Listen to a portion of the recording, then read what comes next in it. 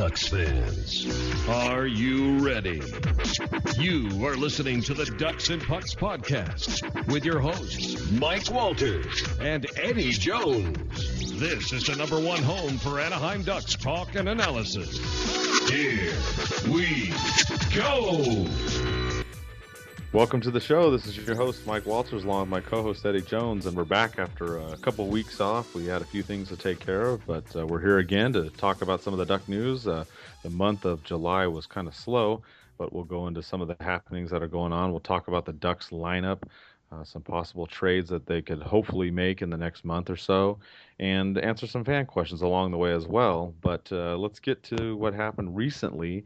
Our last podcast was a couple weeks ago, so right after that, Korbinian Holzer was given a one-year extension with the Ducks at $700,000 contract, Eddie, and bringing back another defenseman. And as we've seen, the Ducks are very stacked at the blue line going forward here in the month of August. Yeah, it kind of just fuels the fire for for the trade rumors, especially revolving around Fowler, but also Dupre and Stoner and even possibly Lindholm too. I mean, right now they've got 7 guys that you would expect to play every day in the Ducks lineup, and then you've got Holzer, and they signed Ginnon and Schultz as well, and even Montour, who are guys that could fill up lineup spots if guys get injured. So, I mean, the depth is definitely there on the blue line. I mean, it's been there for the last few seasons. That's for sure. But, I mean, it does open up the possibility for a move. I think the underlying issue for the Ducks this offseason has been surrounding Cam Fowler and if he's going to be moved or if he's going to stay. And also with Lindholm and him having to sign a contract too. So this doesn't really help that. I mean, like I said, it does fuel the issue and fuel the speculation. But I mean, I do like it. I think he's a good depth defenseman. He's a good 7th, 8th guy. If one of our right shot guys goes down, he's now our go-to guy over Brandon Montour. So I think it's a good signing. It's only $700,000 for one season, so nothing to worry about. Yeah, I agree. It's another good depth signing. Holzer, I mean, he's not going to score, 10 goals and do anything like that, but he doesn't make a lot of mistakes. He's a solid defenseman. He handles the puck well, and I think it's a good move bringing him back, and I was glad that they did. Before we did the last podcast, I actually was going to mention Holzer and say that I hope that they'd bring him back, and then the day after they brought him back, so I was happy about that. And as we'll talk about with the lineup and the trades and other things coming up, it does add, like you said, more to the notion that the Ducks will make a trade of a defenseman, given the depth that they have. Since that time, the only other move that the Ducks did is they re-signed Stefan Noesen for a one-year, two-way deal. $600,000 is the value at the NHL level, and just bringing another forward, which, as we'll get into the lineup, and we can kind of do that now. I mean, the way it's going now, Eddie, Noesen could be someone that's brought up to the NHL next season because the Ducks haven't made any moves as far as acquiring any forwards. Like we said, they brought Holzer back, Noesen back, but there's still some holes in that lineup. And, going into next season right now, hoping that Rakell comes back as well, and we'll talk a little more about that. But the Ducks are short. And if they're going to go into next season without making any kind of trades, then they're going to have to pull from the Gulls, and Noesen may be one of those players. Yeah, and I think if they don't go out and acquire that top line left wing or sign a guy like Hoodler or Verbata, I think, even if they do or don't, I think this is the make it or break it year for the players that were involved in that Bobby Ryan trade way back when. I mean, Silfverberg had a great season last year. I think he can take another step forward this year. Richie's going to have to take a big step forward this year, and obviously Noesen is the other guy who's involved in that trade who's going to have to take a step and break into the Ducks lineup this year. He's only obviously played 2 career NHL games so far with the Ducks. So you would expect him to get more playing time this year. He's played 94 career AHL games now. He's got a decent resume under his belt down in the AHL, so I think he deserves another shot with the Ducks lineup. He's on a one-year, two-way deal, so I think they're saying, hey, you got to come up and prove yourself this year with the Ducks and prove that you can play in the NHL, and we'll have to see. I think he's a former first-round pick. He obviously has the talent. He has the potential to break into the Ducks lineup, so I think we'll just have to wait and see. And like you said, with the lack of moves from the Ducks this offseason, we're going to have to see a lot of the younger guys from the Gulls come up this season. Yeah, and looking at the Ducks lineup now, if you're looking at it today, the beginning of the month of August, and you're sitting there going, okay, well, who do we have, and how does the lineup look in terms of the offense? Here's kind of a makeshift lineup for you right now. Assuming that Getzlaf and Perry would start the season together, you'd have them on one line together. Most likely, you'd bring up Richie to play the left wing. You'd keep the Kessler line together with Silverberg and Cogliano, hopefully. Obviously, they've done well, especially last season. Silverberg getting 20 goals as well, as you mentioned, and then you would go with your third, top line, so to speak, because they kind of, played all three evenly last year, though those may change with the new coach and everything. But the third line would then be the Rakell line with Mason Raymond either playing left or right wing, and then your fourth line would be Bull, Wagner, and Garbett, the kind of the bruising line. And then, of course, Nate Thompson's out for several months, so you have him that can, hopefully eventually will come back in. But this still leaves a hole on that, Raquel line. If you keep Perry and Getzlaf together, or even if you drop Perry down, you're still going to be missing at a winger spot. Mason Raymond can play left or right wing, so you're going to have to bring up somebody to fill up. And the players that are down there right now, the ones that did well last year, you have Trop that had 16 goals, Cordelis with 15, and Nason with 10. So in the winger positions, Eddie, those are your three guys that you can maybe bring up. Or if you decide to take Raquel and put him on the wing, you could bring up Sarbosa, who had 17 goals. So those are kind of the guys really that if the Ducks don't make a move, that those are at least the ones I would pick, Eddie. From the goals in San Diego, and look to bring one of those four guys up if they're looking to bring up a forward or a winger that can score. Yeah, and these guys are gonna have to break the lineup eventually. I think we all thought Cordelis would eventually get his shot with the Ducks. I think he'll get a chance this year, especially out of camp, to make the team. Nason signing a new contract, he'll have the option to make the team and possibly play on that line too. There's also obviously still the option that the Ducks could go out and sign another player in free agency. Alex Tongue or Hoodler or Verbata, like we've mentioned before. But if they don't. It's time for those players. I mean, Cordelis has one more year left on his contract. Nason just signed that one more year, so he's got 1 year left on his contract too. So, it's about time for these guys to get in the lineup and either prove if they can stay or we'll have to see what they can do. Yeah, and you mentioned the Ducks going out there in free agency, and the situation right now is in terms of the Ducks trying to do that. It's a little bit more difficult than it was before. With the way that their cap is. I mean, they have over 9 million left, but looking at Lindholm and Rakell, it's going to depend on what they sign for. Now we know there's been some talk about Lindholm and how much that he's looking to have, and there's been some different rumors out there, but what we do know is that he obviously wants to stay with the Ducks. He's trying to sign a contract, but it seems like the price is probably the issue right now. And I would think, Eddie, you and I kind of talked about this before the show, but we really think that it's going to come down to comparing him to Vatanen. That's, been a discussion that's been out there before.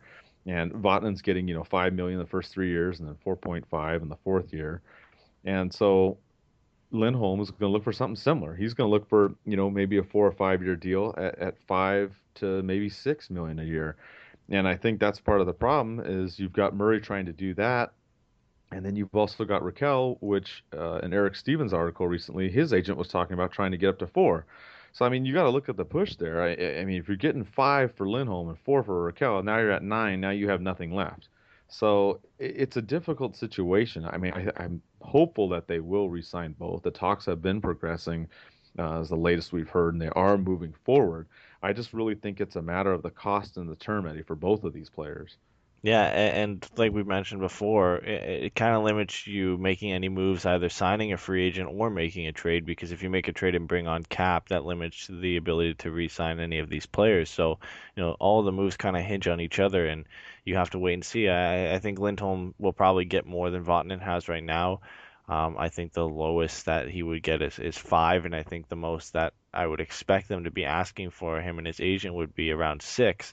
And you look at similar players that have signed recently and their impact on their team and their age, 5.5, 5.6, 5.7. I think that would be where I would see him landing at the highest. And at the lowest, I think it would be, 5 or just a little bit over 5. I don't see him getting any less than that. I don't see him getting any more than 6. And I think that's where the Ducks are sitting right now. And maybe they're looking at term and deciding if they want to do 2, 3, 4, 5, 6 years. I think that's always the big stumbling block with such a young player, and especially such a young player who has such a big impact on the Ducks lineup right now. And the same thing goes with Rakell as well. I mean, Thomas Hertl, who's has a similar impact with the San Jose Sharks and has a similar, scoring rate to Rakell, signed a 2-year, $3 million deal, like over $3 million for each season. So I think that's a possibility if they're going to go and sign him to a bridge deal. But obviously with the rumors out lately that he might be wanting $4 million, I think it all depends on what the Ducks think he's going to become in the next 3 or 4 years. If they sign him to $4 million, you would expect the term to be at least 3, 4, or 5 years. So if they think that he's going to continue to improve and put up 40, 50, 60 points over the next few seasons, then maybe locking him down to $4 million now, saves you that money where you would have to end up paying him more if you sign him to a bridge deal. So obviously there's still a lot of decisions that Murray has to make, and they all hinge on each other. So if we end up seeing a trade or a signing, I think it might have to wait until, Rakell and Lindholm are eventually signed. Yeah, I agree, and I think the best way, I mean, if the Ducks are going to go out into free agency and they're going to try to get somebody, I would go, obviously Lindholm, like you said, I would think, 5 would be the minimum for sure. I think, like you said, somewhere between 5 and 6, 4 or 5 years is what they would do for Lindholm, and he deserves that. So I think that's where they would go. I think the bigger issue is with Rakell, and that's what one of our fans, Darren, asked about is he worth $4 million? That's going to take up, cap space. And to me, it's a yes and a no question. And I know it kind of sounds wishy-washy, but it really depends on what you're trying to do. And if the Ducks are going to try and make a trade and get other players that way, without hopefully taking on any cap, then I think you do try to pay Rakell closer to $4 million. If you're not, if you're going to go out there and try and get another free agent, then I don't think you do. I think you try to pay him maybe 2.5, $3 million, and then you try and get one of those guys on a lower deal out there that's a UFA, and sign for a 1-year deal. Maybe $1 million or $2 million, whatever that it would come out to be. And I think that's really where you have to look at it. I think that's the rub. I don't think Lindholm is the big worry. I mean, obviously nothing is done. We've beat that to a dead horse before, because we always want to make sure you realize that things can change last minute. But as of right now, things have been progressing. So I think a Lindholm deal would be able to get done, and then after that, you're looking at 4 million, 3.5, depending on what he gets that's left, that would then go to Rakell. So that's what I would look at. I would go probably more for the bridge deal. I like that better. If you try and keep it maybe in the 2.5, 3 millions, somewhere in there. Like you said, it could hurt you on the back end, a couple of years down the road. But if the Ducks want to get another winger on there, and not rely on going into the goals, that's what you do. And then obviously if it's the reverse, then you go for the closer amount there, Eddie. That's kind of the way I really look at it. I really think Rakell's the big focus on this. I mean, they do hinge on each other, like you said, but I do think however they decide Rakell's deal is really going to affect the future trades or looking at any free agents to sign. Yeah, and it's definitely obvious that the Lindholm contract is the easier one right now to predict. I think there's a lot of similar contracts out there for the type of player that he has and the impact he has on his team. So, the range in between dollar amounts and term isn't as drastic as it is could be for Rakell. It all depends. It's a difficult situation when you have players like this who are so young and have had, he had a breakout season last year, obviously getting 43 points and scoring over 20 goals. And, we really saw his confidence increase last year. He was doing a lot of things well offensively. He improved defensively.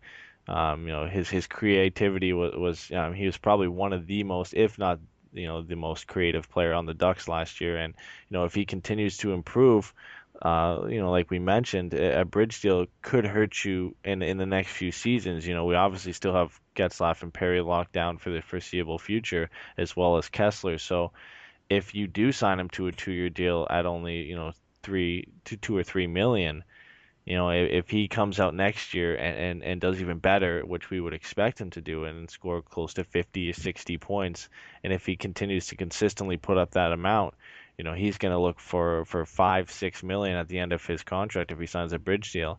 So I think, it all depends. Is he worth it right now, 4 million? I don't think so, just because of the sample size is too small. But he has the potential to be worth even more down the road. So you can see how it's a difficult situation for the Ducks right now, and we don't expect it to be resolved anytime soon. We saw with Silfverberg a couple seasons ago where it took all the way into late August to get him signed, and they're RFAs. They have as much time as they want to discuss contracts. So I think we'll be still waiting a little bit on this one. Yeah, I agree with you, and I know that's not the answer that some of you want to hear as far as Lindholm and Rakell, because I know some of you have been sending me messages almost every other day, going, "Have they, what's going on? What's going on? Have they, re-signed? And how's it going?" And it's the same thing. We just keep hearing that it's progressing, that they've been moving forward and trying to figure it out. And I think part of this too is if you look at the free agents out there, because the big issue is, and it's no secret, the Ducks don't have enough forwards right now that can field a team. Let's be honest. Without going, into San Diego and pulling up a bunch of people. I mean, even if you pull up Richie and Wagner, you're still short a spot. So, if the Ducks want to go get some of those free agents, probably one based upon the money they have now, unless some kind of a trade is worked out. I think that'll play into this Raquel thing. And looking at the free agents out there, I mean, obviously it's gotten smaller and smaller since our last show. We've been away for a couple weeks, but and looking what's out there, you have Yuri Hudler out there. He had 16 goals last year. You have Matt Cullen, which we mentioned before. He had 16 goals. Obviously played on the Penguins championship team, and at 39, he's probably not what they're looking at. You have Brandon Perry, which the Ducks did not bring back. And I had looked into that, and some of it has to do with his play. The Ducks don't feel like he's a strong enough forward in terms of his forechecking, so that's why the Ducks did not decide to bring him back. At least that was one of the major reasons that I had been told. And other than that, you have Verbata out there. He's also 35. He had 13 goals, so that's another option maybe. But he's more of a right wing. He's not really the left wing you're looking at. So it's a small pool, and these guys. I mean, you could maybe bring in a Colin for cheap because unless he decides to retire, which you don't know that yet. But if you're going to try and bring in a Verbata or a Hudler, I mean they made 4 and 5 million last year, so they may take a downgrade, but it may have to be something where the Ducks do a trade first in order to bring these guys in and solidify Lindholm and Raquel. So it's kind of along the lines of what you said, Eddie. All this stuff is just really connected, and I would suspect that the Ducks would try to get both these players locked down first. And something that may happen too is they may get one or two of these players locked down, and they may not announce it right away. And you may sit there and go, well, why won't they announce it right away? Well, maybe they're trying to work out a deal on a trade in order to free up some stuff too. So they may lock something down. They don't have to say immediately, oh, it's done. Though Cap Friendly and General Manager are pretty good about getting the stuff out there, so it's hard. But they may get it close to where they feel comfortable with the amounts, and then if they can work out a trade and maybe do it all in a similar time. I mean, it may not happen. Maybe everything will be spread out. We don't know. But I'm just saying, look for that. There could be, the next couple of weeks, nothing happens. And then in a week, a handful of things go together.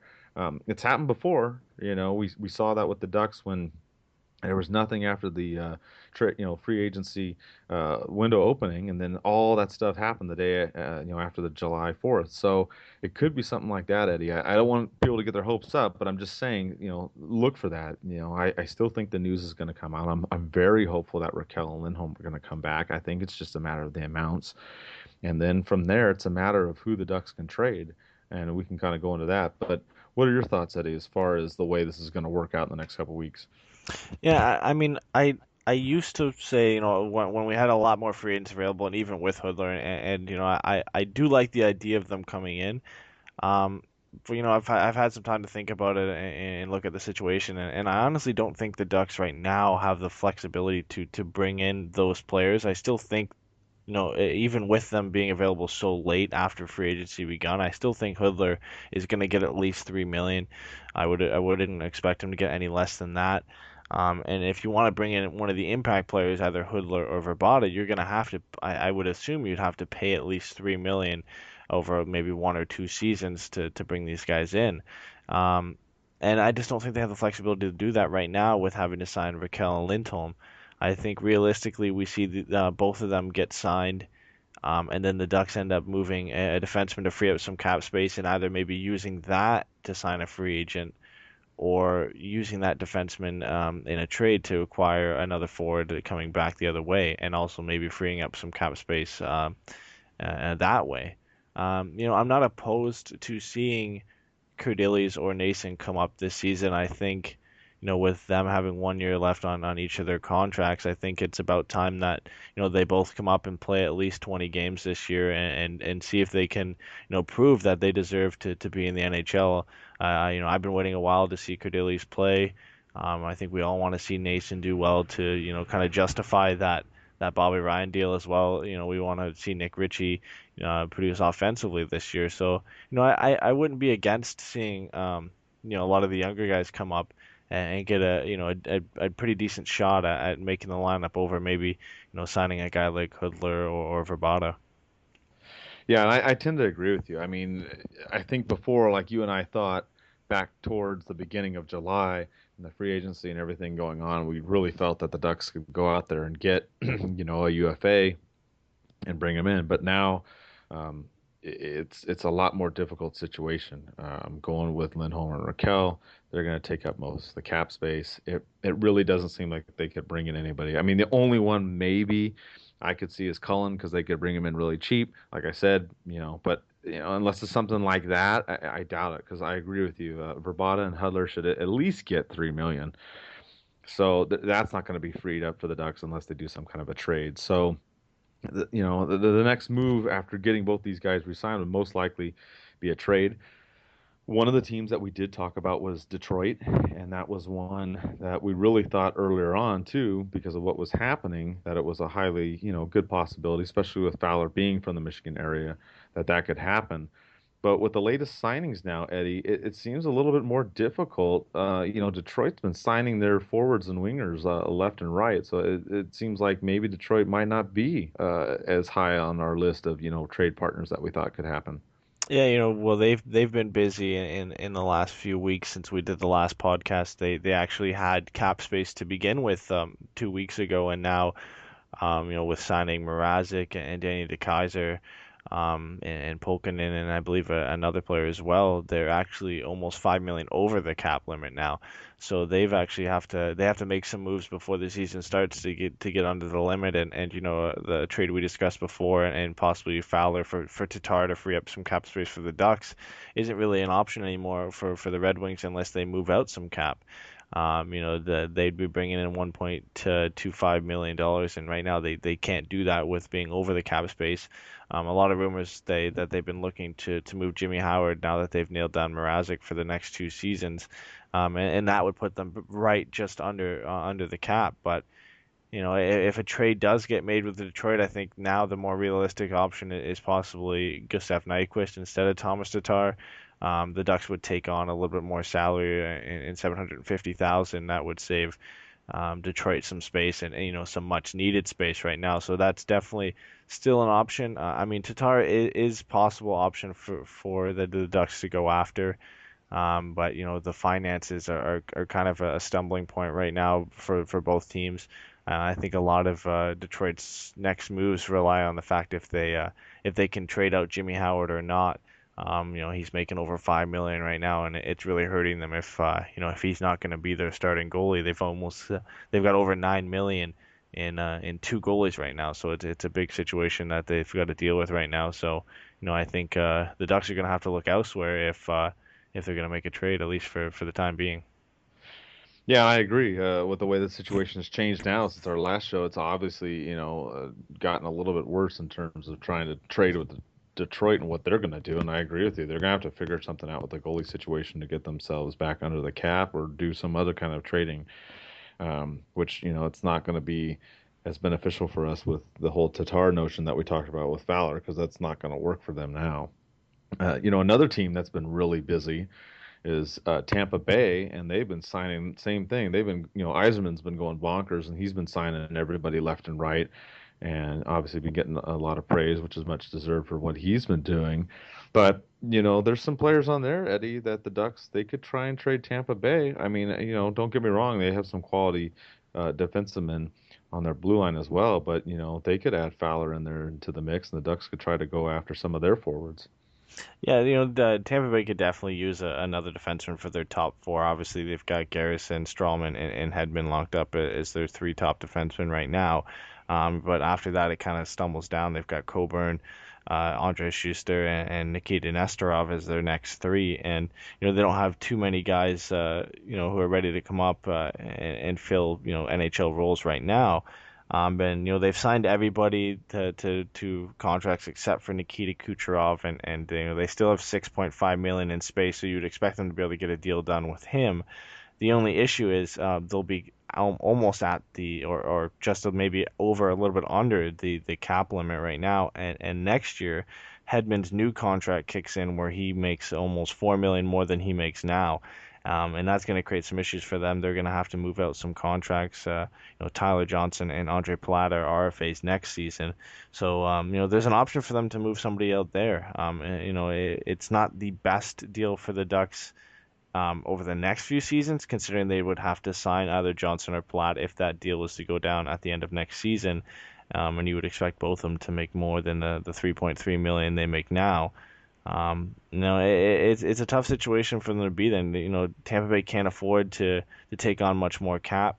It's kind of similar to the Detroit situation. The Ducks obviously, I don't think they would be able to afford any deal where they would, Tampa would sign Kucherov and trade him over to the Ducks. He'd be making close to what Kessler makes now, and I don't think the Ducks can afford to bring in another contract of that size. So it makes trading difficult. I mean, the Ducks have a limited amount of partners. I think the Rangers are another option for them, but there's also an issue there. The Ducks obviously can't afford to bring on a contract like Rick Nash is.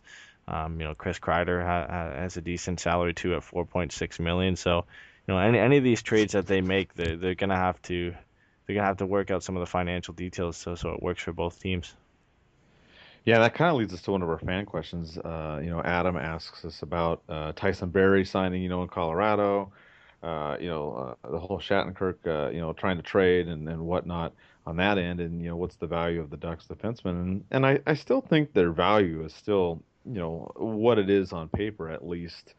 But I do think it's difficult now, like you're saying, not only because the other teams have budgets and things have been signed, but I mean, I really thought the Ducks were in a much better position in the beginning of July, and now the Ducks still have value in their defensemen, especially Fowler, which obviously has been mentioned a lot. Dupree is another one that had come up a little bit on the back burners.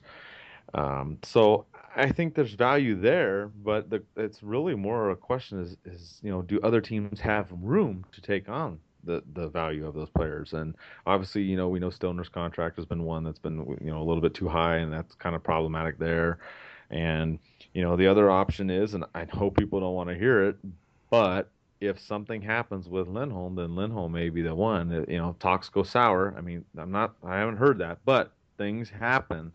If that happens, that would be obviously the biggest value that the Ducks could trade and get some forwards. And if something like that goes down, the Ducks still have depth on the blue line. I mean, don't get me wrong. I'd rather keep Lindholm and then try and move one of the others.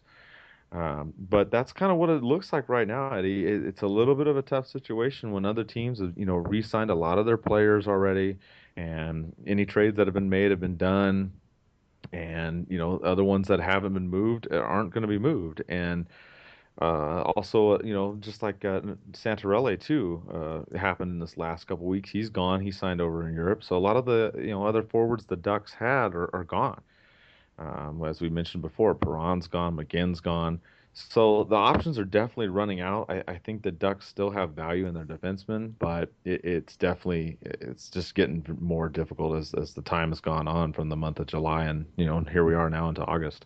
Yeah, I think with Tyson Barrie coming off the market, with him going to arbitration and then recently signing a contract with Colorado, I doubt that I don't believe they can even move him right now because he went to arbitration. They can't move him for a whole season, so he's completely off the market. That does up Cam Fowler's value a little bit. They still, Shattenkirk's still obviously on the market. They weren't able to work out a trade for him, and him and Fowler are actually in a similar situation where they both thought that they would be traded at the draft, and then obviously nothing materialized. And I think it all comes down to like you said, is teams trying to make space to bring in these players.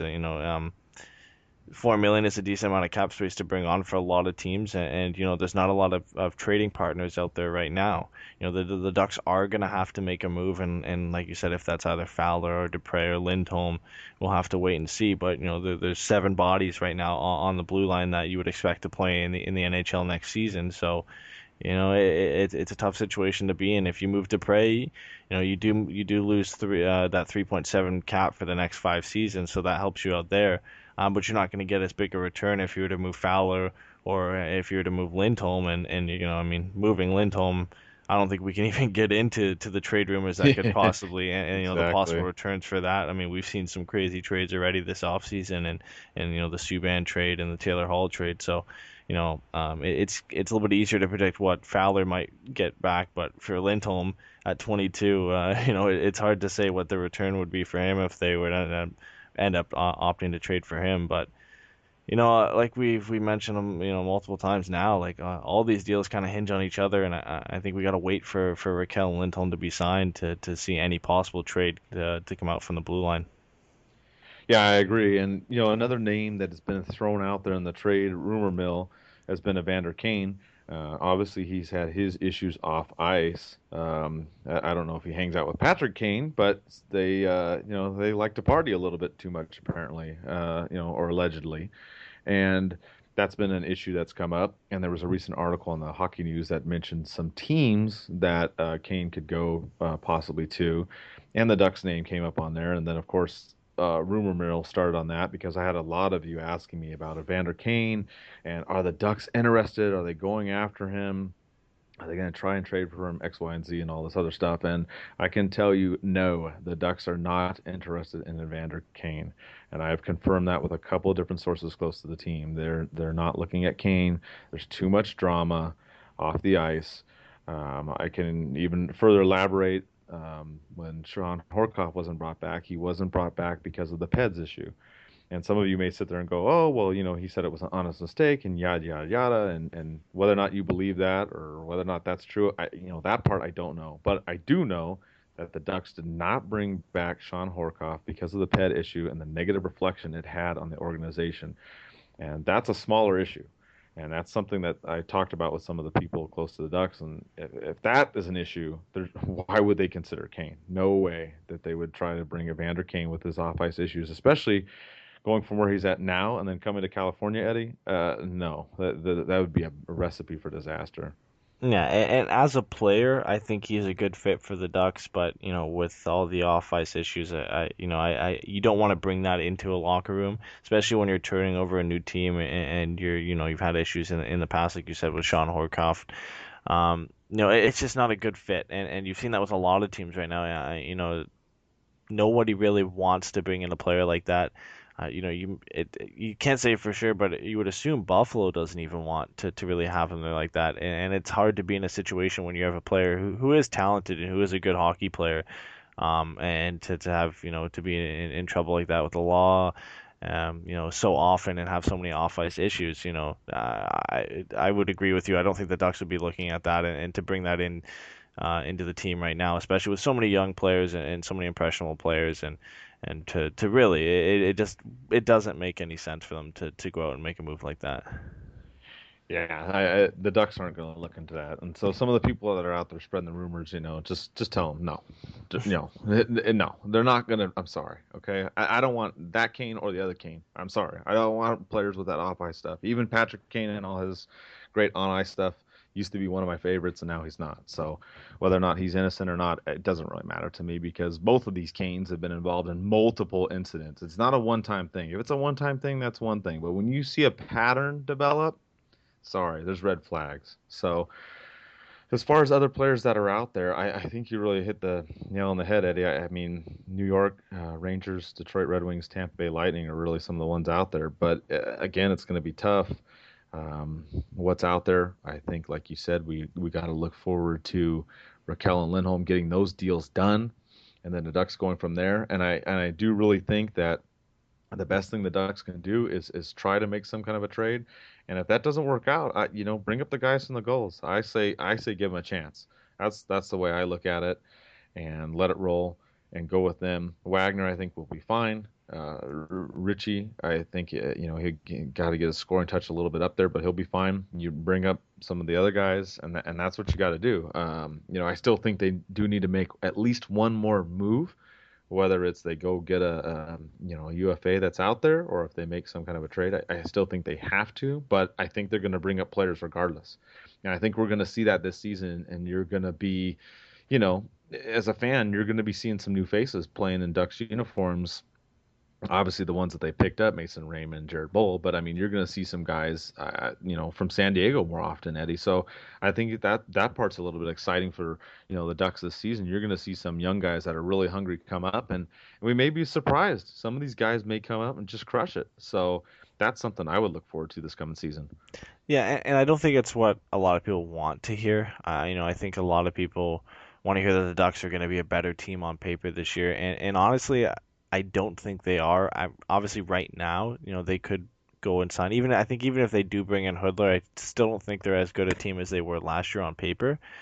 If they do go out and make a trade, then we can talk then. But it doesn't mean that they're going to be a bad team. We don't know the impact that a guy like Stefan Nason or Cordelis or even Richie could have this year, and I think. I would love to see all of them have a chance this year and to prove that they can play in the NHL and see what they can do. And if not bringing in a guy like Hoodler means you could see if Cordelis or Nason or Richie could have a better role with the Ducks and an increased role in the top six, then maybe I would rather see those guys come up and get a chance. And would that possibly relate in the Ducks getting finishing lower in the standings or not making the playoffs? It's possible. I mean, on paper, like I said, this team isn't better than last year, but they've still got the core, and we've said that multiple times. Getzlaf and Perry is still there, Kessler's still there. You've still got Silfverberg and Cogliano. The defense is relatively still there. Obviously, we expect a trade to be made. We've got Gibson and Bernier back in net, and I think the core or the spine of the team is still there. Filling up these roster spots either with players from the Gulls or a trade or free agency. It's not going to make a huge difference. In the on ice production. Yeah, I agree. I think the only real issue, and I wrote about this on the Hockey Writers on my recent article on there, is about the offense for the Ducks, and that's what is really going to be the key. I'm not worried about the defense. I'm not worried about Gibson and Bernier and net at all. I'm not worried about any of that stuff. I'm more worried about the offensive production and the Ducks avoiding that slow start that they had in October and then November last year. If they can come out of that better, then they'll be fine. And if this team doesn't go win the Pacific Division next year, who really cares? I mean, we've won it 4 times in a row and did what the Sharks did. Nothing, I mean, it's great. We won those division banners, but nobody cares about those. Let's be honest. Everybody cares about winning the cup. And if the Ducks come out and play better to begin the season than they did last year, and if they end up second or third, or even in one of the wild card spots or whatever in the Pacific, but they have a strong team, I'm fine with that. I would like to see one more move, get one more forward, either, trade or sign or whatever. That's kind of what I'm looking at. But that's where we go from here. And that's the status we're in. And hopefully we'll have some news, later in August. Since it is August, Eddie, we are 1 month closer to the NHL season, but we're also closer to the World Cup of Hockey that's coming up here in September 17th. We've got Team Canada, Team Czech Republic, Finland, Russia, Sweden, USA, Europe, and North America battling it out. That's going to start on the 17th, go through October 1st. And, at least we're going to have some hockey to watch. It should be interesting. We had one of the fans ask us about it. Cameron wants to know, what do we think about the World Cup of Hockey and who's going to win? And looking at the rosters and how it is now, I got to go with Team Canada. That's the one I think is the favorite here to win this one, Eddie. I mean, looking at the lineup, Jamie Benn, Sidney Crosby, Getzlaf, Seguin, Stamkos, Tavares, Taves, Thornton. All on the offense, you've got Burns and Doughty and Keith and Muzzin on the defense, along with Weber, Pietrangelo, and Vlasic. So, I'm looking at this team is the one, the favorite. I mean, obviously, I'm going for U.S. because that's where I'm from. But if I had to pick a favorite, and that's the question that was asked, I would go with Team Canada.